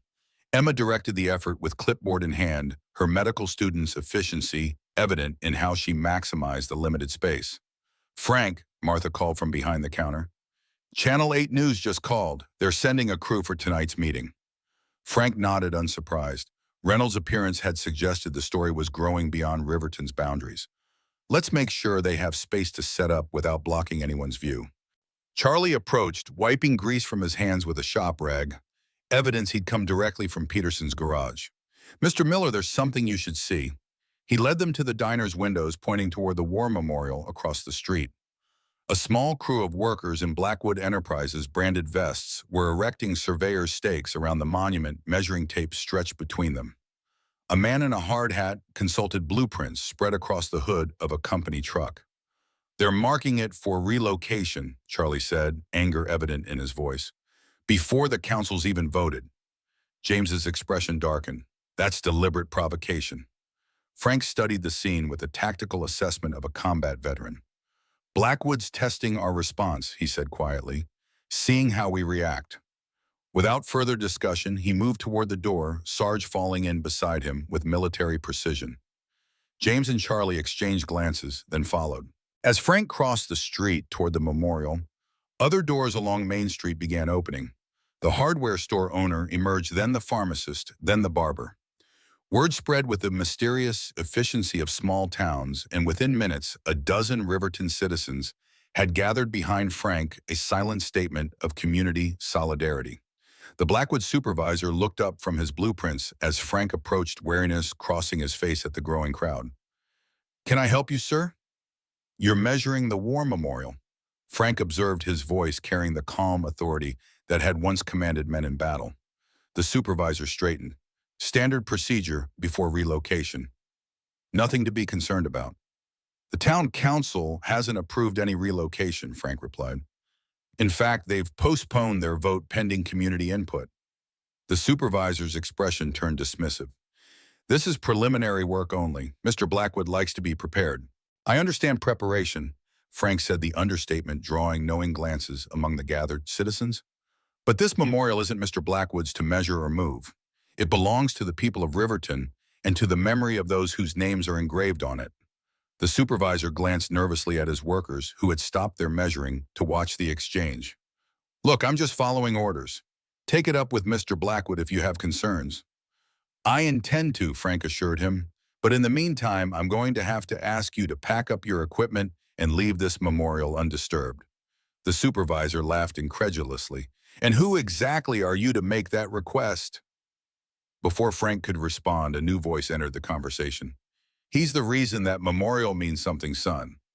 Judge Henderson approached from the direction of the courthouse, his judicial robes lending official weight to his presence. Behind him walked Walter Davis, leaning on his cane, but moving with determined purpose. That's Frank Miller. Walter continued, pointing a gnarled finger at Frank, Medal of Honor recipient, and the man who carried my brother's body off Heartbreak Ridge when everyone else said it couldn't be done. The supervisor's expression shifted, uncertainty replacing dismissal. I wasn't informed. Now you are, Henderson said firmly, and as acting chairman of the Riverton Historical Commission, I'm officially notifying you that any attempt to relocate this memorial without proper authorization constitutes tampering with a protected historical landmark under Montana State Code 18.72. The legal citation delivered with judicial confidence had immediate effect. The supervisor began motioning to his workers to pack up their equipment. Mr. Blackwood won't be happy about this, he muttered. Mr. Blackwood doesn't get to rewrite Riverton's history for his convenience, Henderson replied. Neither do those state officials he's been meeting with in Helena. The supervisor's surprised expression confirmed that Blackwood's political maneuvers weren't as secret as he might have hoped. As the Blackwood employees departed, the gathered crowd broke into spontaneous applause. Frank accepted the response with a slight nod, uncomfortable as always with public recognition, but understanding its necessity in this moment. Walter Davis thumped his cane against the memorial's base. First skirmish goes to us, he declared with the satisfaction of a man who had seen many conflicts reach resolution. But Blackwood won't retreat easily. No, Frank agreed, his gaze following the departing company truck. He won't. The impromptu gathering gradually dispersed townspeople returning to businesses and homes with renewed determination so evident in their movements. The confrontation, though minor, had crystallized something important. Riverton wasn't just defending buildings and businesses. It was protecting its identity as embodied in stone and memory. As Frank turned to head back to Liberty Diner, he found James watching him with an expression he couldn't immediately interpret. What? He asked. James shook his head slightly. Nothing. Just, I'm starting to understand why you stayed all these years, why this place matters so much to you. Frank glanced at the memorial, then at the familiar storefronts of Main Street, each representing not just commerce, but continuity. It's not perfect, he said quietly. No place is, but it's worth fighting for. The simple declaration hung between them, a bridge spanning decades of misunderstanding about what constituted meaningful action in the world. By 6:30 that evening, Liberty Diner was filled beyond capacity. The expected 100 attendees had doubled, with people lining the walls and spilling onto the sidewalk outside. Channel 8's news van was parked prominently across the street, camera equipment being set up to capture what had transformed from a local dispute into a symbolic confrontation between small-town America and corporate development. Michael Reynolds from the Washington Post had secured a corner spot, notebook in hand, speaking quietly with Judge Henderson. 3 other journalists had arrived throughout the afternoon, representing outlets from Montana and neighboring states. Frank observed the gathering from Martha's back office, momentarily overwhelmed by the scale of what had begun as a simple defense of a waitress's dignity just days earlier. The private man who had lived quietly for decades now stood at the center of public attention, a position that ran counter to every instinct he had cultivated since returning from Korea. A knock at the door interrupted his thoughts. James entered, followed by Joe Peterson. The garage owner looked even more gaunt than the previous day, the effort of attending clearly taxing his limited reserves, but determination burned in his eyes. Quite a turnout, Joe observed, lowering himself carefully into a chair. Half the county must be out there. Frank nodded. More than I expected. More than Blackwood expected too, I'd wager, James added. Speaking of which, there's been a development. He handed Frank a tablet displaying an email. This just went out to all the property owners on Main Street, including Martha. Frank scanned the document, his expression darkening as he absorbed its contents. Blackwood Enterprises was offering substantially increased purchase prices, double market value in most cases, with a 48-hour acceptance window. Buying his way past the obstacle, Frank murmured. Some will take it, Joe said pragmatically. That kind of money is hard to refuse, especially for folks near retirement and age. Frank couldn't disagree. The amounts being offered would be life-changing for many of Riverton's small business owners, allowing comfortable retirements instead of years of continued struggle in an uncertain economy. We can't fault people for looking out for their families, Frank said finally. Each person has to make their own decision. James paced the small office, frustration evident in his movements. But if enough sell Blackwood wins, the town gets transformed regardless of what happens at the council vote. Then we need to offer an alternative, Frank said, the seed of an idea forming in his mind. Not just opposition, but a different vision for Riverton's future. Before he could elaborate, Martha opened the door. It's time, Frank. Everyone's waiting. With a deep breath, Frank rose and followed her into the main area of the diner. A hush fell over the crowd as he made his way to the small podium that had been set up near the counter. Faces turned toward him, some familiar friends of decades, others. Curious strangers drawn by the growing story. The cameras tracked his movement, red lights indicating they were already broadcasting. Frank felt the weight of their electronic gaze, but kept his focus on the people of Riverton, the ones whose lives would be most directly affected by whatever happened next. Thank you all for coming, he began, his voice steady despite his discomfort with public speaking. I'm not one for speeches, as most of you know, but some situations require us to step beyond our comfort zones. He gestured toward the crowded diner. What we're facing isn't just about buildings or businesses.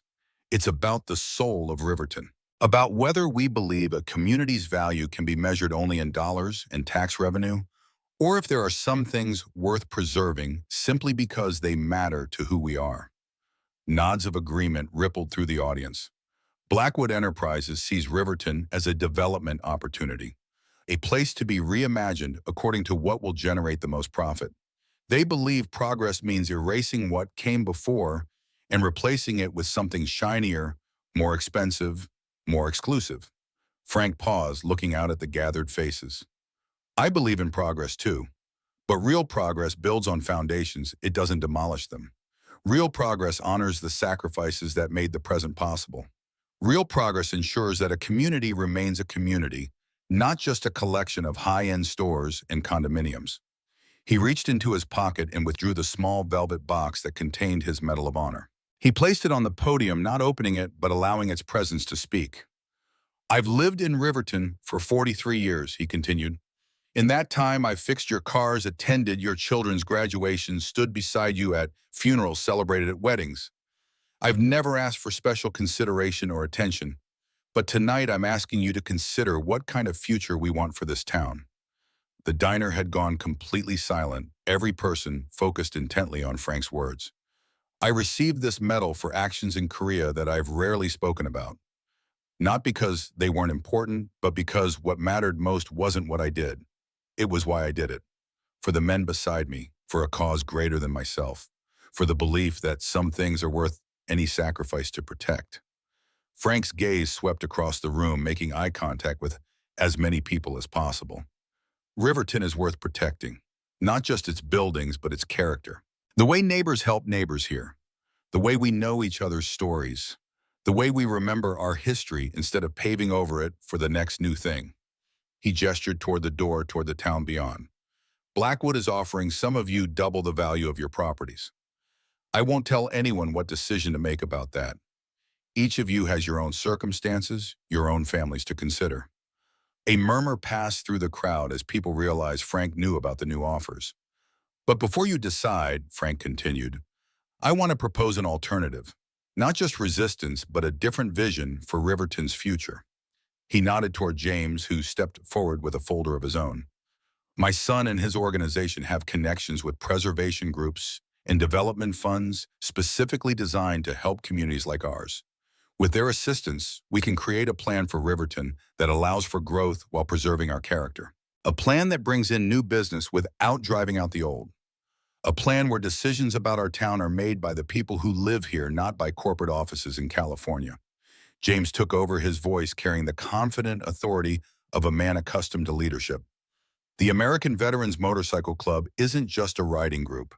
We're a nationwide organization with resources and allies. We've helped other towns facing similar situations create community land trusts, secure historical preservation grants, and develop sustainable economic plans. He opened the folder revealing preliminary documents. We've already been in contact with the Montana Historical Society and the National Trust for Historic Preservation. Both are interested in helping Riverton maintain its heritage while developing economically. Frank watched with quiet pride as his son outlined a comprehensive alternative. Not just opposition to Blackwood, but a viable path forward that balanced preservation with progress. The years James had spent away from Riverton had given him connections and knowledge that now served his hometown in ways neither of them could have anticipated decades earlier. When James finished, Judge Henderson stepped forward, a judicial authority adding weight to the proposal. What the Millers are suggesting isn't just possible, it's been successfully implemented in communities across the country, small towns that faced corporate buyouts and found a third way forward. He turned to address the camera, directly aware that his words would reach beyond the diner. And to Mr. Blackwood, wherever you're watching this broadcast, Riverton isn't opposed to development. We're opposed to development that erases who we are. If you're willing to work with this community rather than over it, you might find partners instead of opponents. A smattering of applause greeted the judge's statement. Frank raised a hand, quieting the room for his final words. "There's one more thing," he said, his voice taking on a depth that commanded complete attention. "Something I've never spoken about publicly, but which seems relevant now." The diner grew so quiet that the ticking of the wall clock sounded like a heartbeat. In November of 1951, my unit was pinned down near Heartbreak Ridge. We'd been trapped for 3 days, running low on ammunition and medical supplies. The enemy had a machine gun nest on higher ground that made evacuation impossible. Frank's gaze seemed to look beyond the diner walls, seeing instead the frozen hills of Korea. "I managed to reach that position and neutralize it, allowing our wounded to be evacuated." He paused, the weight of memory visible in his expression. What the citation doesn't mention is that I wasn't alone that night. Robert Blackwood, Riley's father, volunteered to create a diversion that allowed me to approach undetected. He risked his life without hesitation, without recognition. A murmur of surprise moved through the audience. Even James looked startled by this revelation. "Robert was wounded in that action," Frank continued. "Not severely, but enough that he was sent home shortly afterward. When he returned to civilian life, he rarely spoke of his service. Like many of us, he wanted to move forward, not look back." Frank's gaze returned to the present, scanning the faces before him. "I tell you this not to embarrass Riley Blackwood or to claim some special connection. I tell you because it illustrates something important. The bonds forged in service, to country, to community, to each other, are what truly matter in this life. Not profit margins, not luxury developments, not even medals." He placed his hand on the velvet box containing the Medal of Honor. "This medal doesn't belong to me alone. It belongs to every man who served alongside me, including Robert Blackwood. It belongs to this town that welcomed me home when I had nowhere else to go. It belongs to a set of values that cannot be bought or sold at any price." Frank straightened, his voice strengthening with conviction. "Whatever decisions we make in the coming days, whether to sell, to stay, to fight, to compromise, let's make them not just for ourselves, but for what Riverton represents, for what America at its best can still be." As he finished speaking, the diner erupted in applause. Not just polite acknowledgement, but the passionate response of people who had found words for what they felt but struggled to express. The cameras captured it all. The standing ovation, the emotional embraces between neighbors, the unified purpose that seemed to vibrate through the crowded space. Frank stepped away from the podium, uncomfortable with the sustained attention, but recognizing its necessity. As he made his way through the crowd, accepting handshakes and words of support, he noticed a figure standing in the doorway. Riley Blackwood, his expression unreadable as he witnessed the community's response. Their eyes met across the crowded diner. Frank offered a slight nod, not of victory or challenge, but of acknowledgement. Riley returned the gesture after a moment's hesitation, then turned and disappeared into the night. The town meeting continued for another 2 hours, evolving from presentation to community discussion as people began engaging with the alternative vision James had outlined. Ideas flowed, volunteers stepped forward, committees formed organically to address different aspects of the plan. Throughout it all, Frank observed more than participated content to watch Riverton's citizens take ownership of their future. By the time the last attendees departed, leaving only Frank, James, Martha, and a few core supporters in the diner, exhaustion had settled into Frank's bones, the deep weariness of a man who had extended himself far beyond his comfort zone.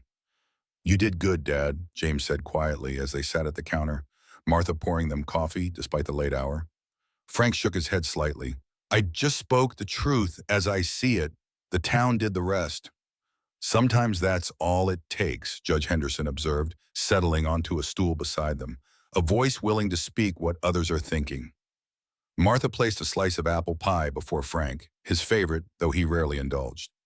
"On the house," she said with a smile, "for the man who might have just saved Liberty Diner." Frank accepted the gesture with a nod of thanks, too tired for further deflection of praise. As he took his first bite, the bell above the door jingled softly. Riley Blackwood stood in the entrance alone and without the confident bearing that had characterized his previous visits. He hesitated, clearly uncertain of his welcome in what had become the command center of opposition to his plans. Frank straightened, alertness replacing fatigue. "Mr. Blackwood," he acknowledged, neither welcoming nor dismissing. Riley stepped inside, letting the door close behind him. His expensive suit looked rumpled, now his carefully maintained appearance showing signs of strain. "Mr. Miller," he replied, "I caught most of your speech on television from my hotel room." James tensed slightly, protective instincts surfacing, but Frank placed a restraining hand on his arm. "What can we do for you?" Frank asked, his tone neutral. Riley approached slowly, stopping at a respectful distance from the counter. "You mentioned my father, said he served with you in Korea." Frank nodded. "He did, bravely." Something shifted in Riley's expression, a complex mixture of emotions crossing his face too quickly to identify. "He never talked about it, not once in my entire life." "Many didn't," Frank replied, the same response Walter Davis had given earlier. "Some experiences are too difficult to translate into civilian language." Riley glanced around the diner, taking in the remnants of the community meeting. Maps of Main Street still spread across tables, lists of action items written on notepads, pamphlets from preservation organizations stacked neatly by the door. "You really believe you can stop my development?" he observed, though his tone held more curiosity than challenge. "I believe Riverton deserves a say in its own future," Frank corrected. "Development isn't inherently good or bad. It's about how it's done, who benefits, what's preserved, what's lost." Riley considered this, his calculating business mind visibly reassessing the situation. "The economics still favor my approach. Luxury retail generates more revenue than local businesses. Higher-end housing attracts wealthier residents who spend more in the community." "Economics isn't everything," James interjected, unable to remain silent. "Some values don't appear on balance sheets." Riley's gaze shifted to him, measuring. "Values don't pay property taxes, Mr. Miller." "No," Frank agreed unexpectedly, "but they create communities people want to live in, communities that endure economic downturns because neighbors help neighbors, communities where people invest not just money but themselves." He gestured toward Riley. "You're a businessman. You understand investment. Some investments yield quick returns but deplete the underlying asset. Others build sustainable value over time." Riley didn't immediately respond, his expression suggesting he was genuinely considering Frank's words rather than formulating a counter-argument. After a long moment, he reached into his jacket pocket and withdrew a folded photograph. "I found this in my father's personal effects after he died," he said, placing it on the counter between them. "I never understood it until tonight." Frank unfolded the image carefully. It showed two young soldiers standing beside a military jeep, arms around each other's shoulders, exhausted but smiling. Frank recognized himself immediately, impossibly young already, bearing the watchful gaze that would characterize him for life. Beside him stood Robert Blackwood, slightly taller, his features clearly echoed in his son, who now stood before them. "He kept this," Frank said softly, genuine surprise in his voice. "All these years." Riley nodded, something vulnerable briefly visible beneath his corporate armor. It was in a locked box with his discharge papers and a few medals. Things he never showed anyone, not even my mother. He paused. The back has writing on it. Frank turned the photograph over. In faded ink, a simple inscription read, "Frank and me, the night after heartbreak. Some debts can never be repaid." The diner fell completely silent as Frank stared at the words, memories washing over him like tides. "What did he mean?" Riley asked, his voice softer than they had ever heard it. "What debt?" Frank looked up, meeting Riley's gaze directly.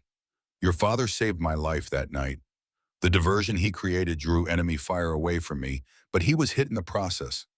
I got him to safety before completing the mission." He handed the photograph back carefully. "I visited him in the field hospital before he was evacuated.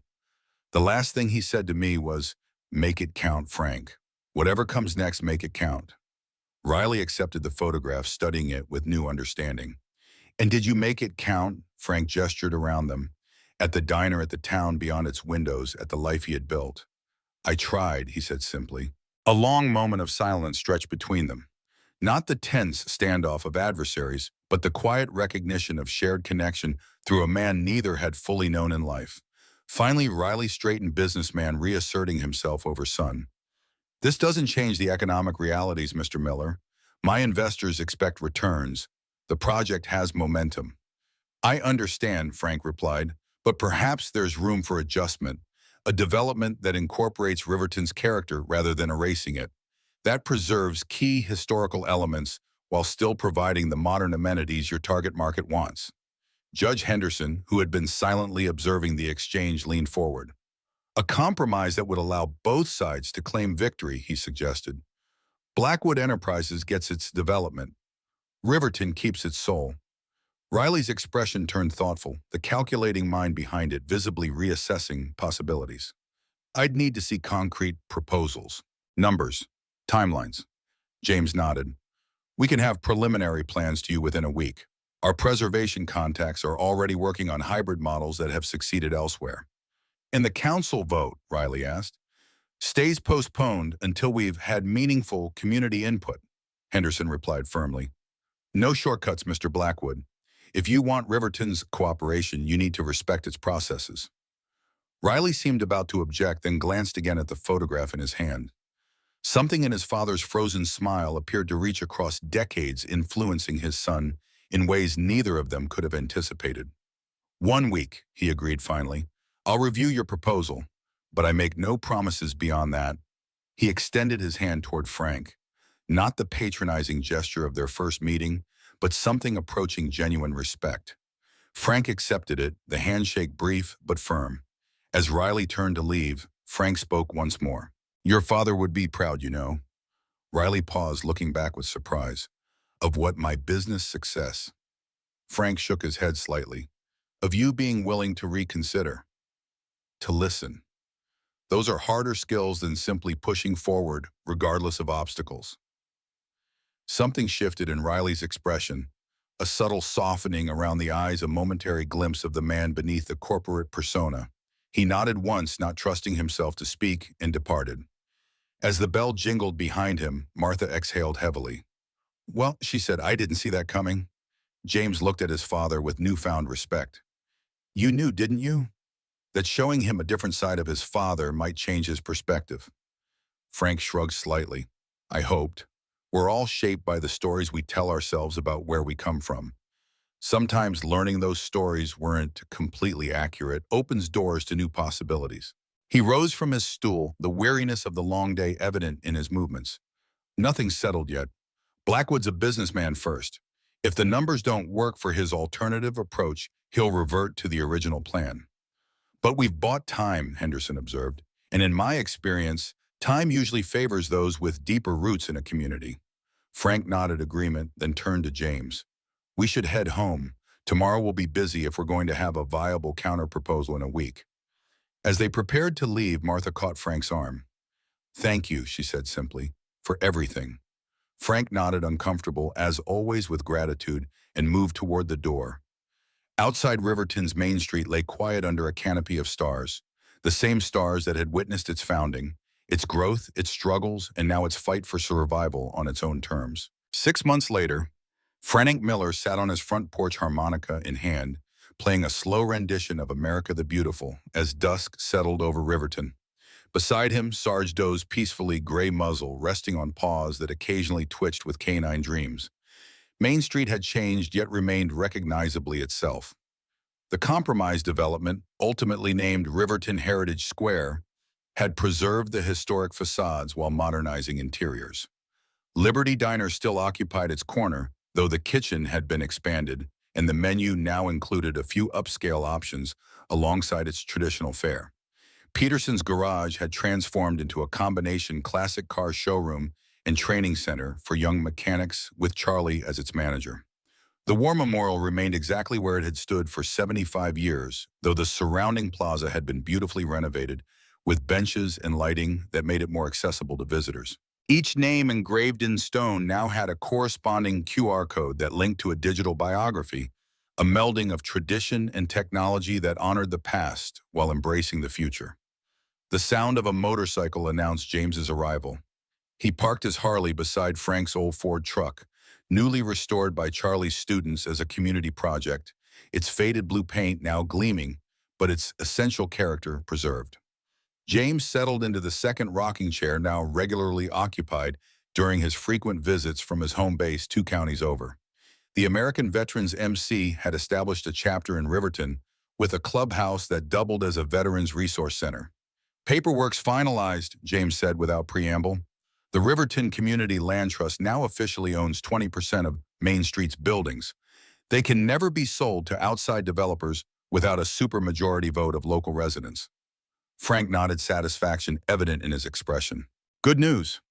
"Riley Blackwood signed off on it himself," James added, still sounding slightly surprised by the developer's evolution. "Said something about balanced progress being sustainable progress." Frank smiled slightly. He's learning. They rocked in companionable silence as twilight deepened around them. In the distance, lights began illuminating Main Street, the tasteful new lampposts that matched historical photographs from Riverton's early days while incorporating energy-efficient technology. "The Washington Post piece came out today," James mentioned, pulling out his phone. "Reynolds did a good job, called Riverton a blueprint for how small-town America can embrace change without losing its soul." Frank nodded but didn't ask to see the article. The national attention that had briefly focused on their town had made him uncomfortable, particularly the sections that detailed his military service and the Medal of Honor.